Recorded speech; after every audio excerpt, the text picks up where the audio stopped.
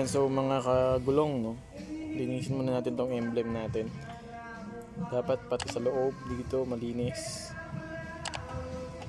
Gumamit ako ng susi para may pasok ko dun sa loob.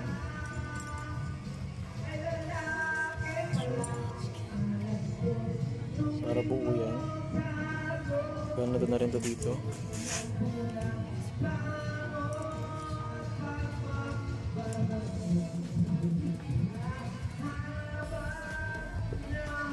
Para walang alikabok. Ayun, no? So guys, ito yung plasticdip natin.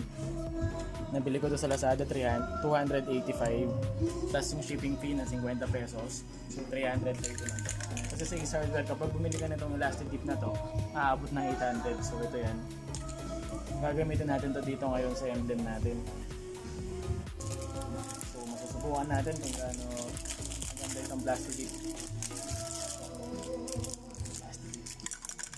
Saka bago natin i-spray ito sa emblem natin, spray muna natin sa iba, sa labas, para hindi buo-buo yung talsik ng spray natin.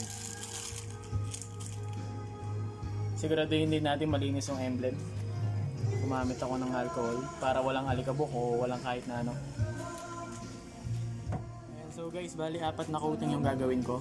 So yung layo nito, yung distance ito from the emblem is 6 inches. Dapat 6 inches layo. 6 or 5 inches. So, start natin mga kaibigan. So, 4 na coating tapos 10 minutes yung interval natin para matuyo yung plasticdip. After 10 minutes, spray natin ulit. So, spray ko muna ito sa malayo.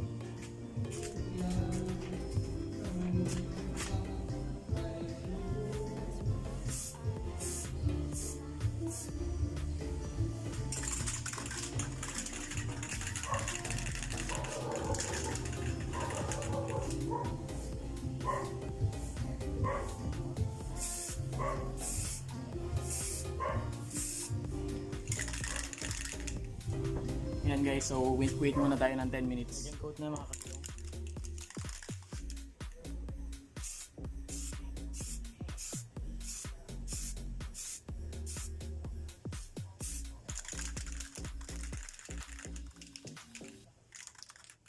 So yan, no, another 10 minutes ulit. Hintayin natin ulit yung 10 minutes. So third coating na tayo. Medyo iibahin ko yung flow ng kamay ko kanina pag ganito, from left to right, ngayon naman from right to left.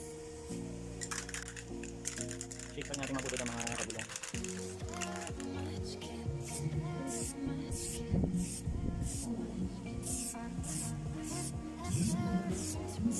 Samahan na rin natin ang konting pataas.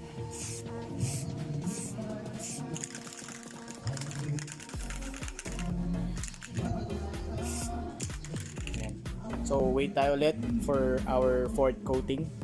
Hintay tayo ulit ng 10 minutes. Fourth coating mga kaibigan.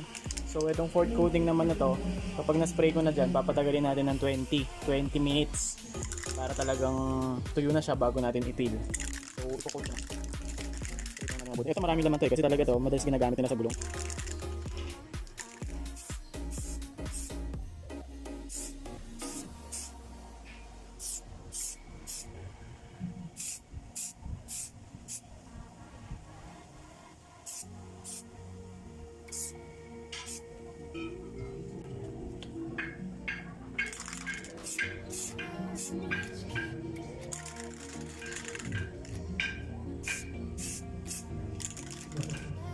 Wait tayo ulit ng 20 minutes.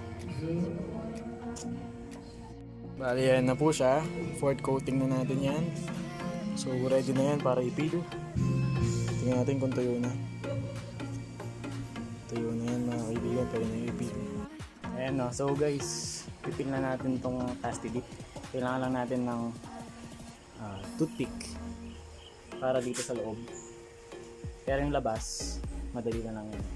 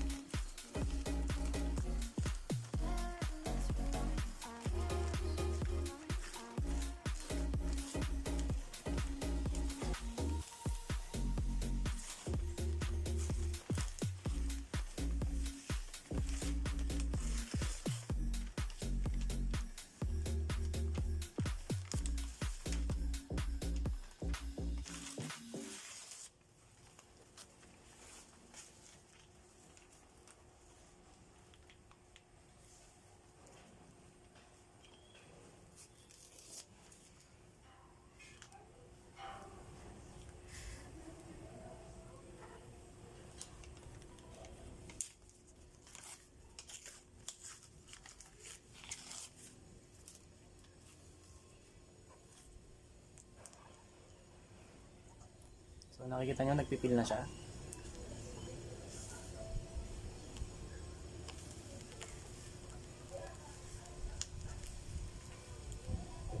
So tamang pil lang mga kaibigan.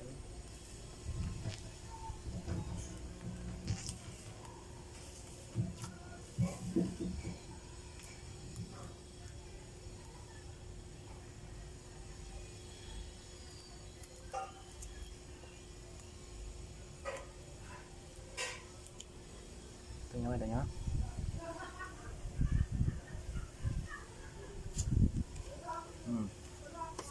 Tapos gagamitin natin itong toothpick sa dulo.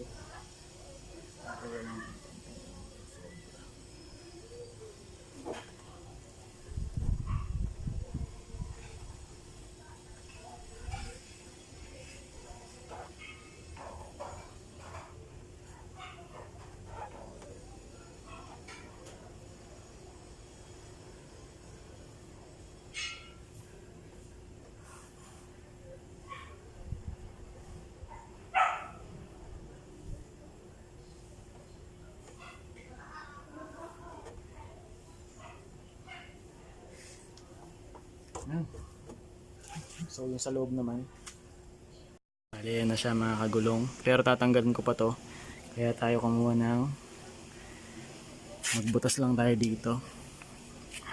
Ito,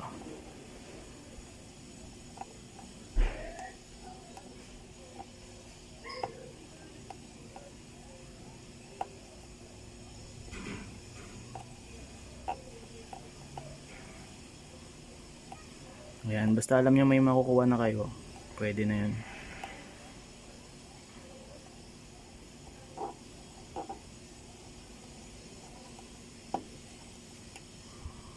Ito, may hila na ito eh. Ayan, may hila na siya.